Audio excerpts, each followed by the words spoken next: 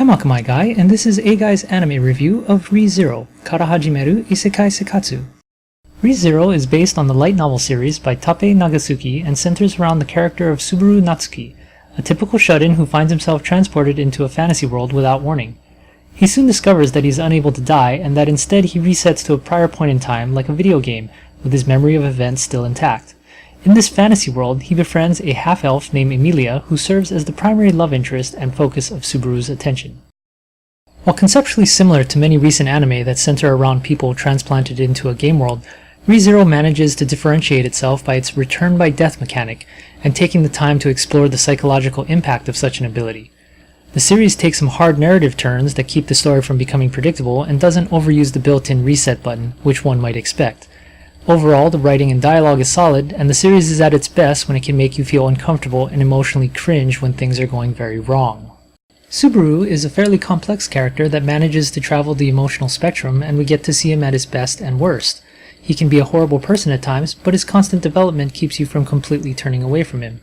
The other characters in the series, however, are a mixed bag. They are all interesting and memorable, but their development and use is uneven, with many simply appearing and disappearing throughout the series for long periods of time.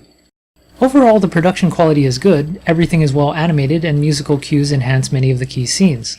Like many light novel adaptations, there is more material to cover if they choose to animate additional seasons, but fortunately the series does conclude on a satisfactory note.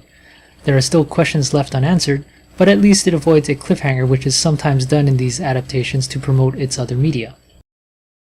Re:Zero is very effective at drawing its audience into a premise that has been done many times before, by treating the material in mature and grounded ways.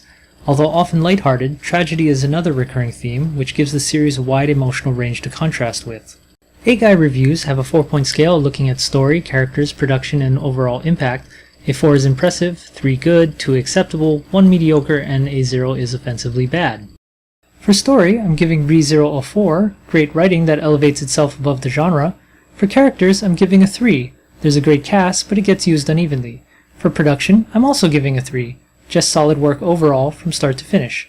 And finally for impact, I'm giving a 4, because of the risks the series was willing to take and for creating some amazing moments. In conclusion, Akamai Guy is giving Re:Zero Kara Hajimeru Isekai Seikatsu a 3.5 out of 4. Re:Zero is a solid entry into the game world genre with a particularly mature understanding of character relationships.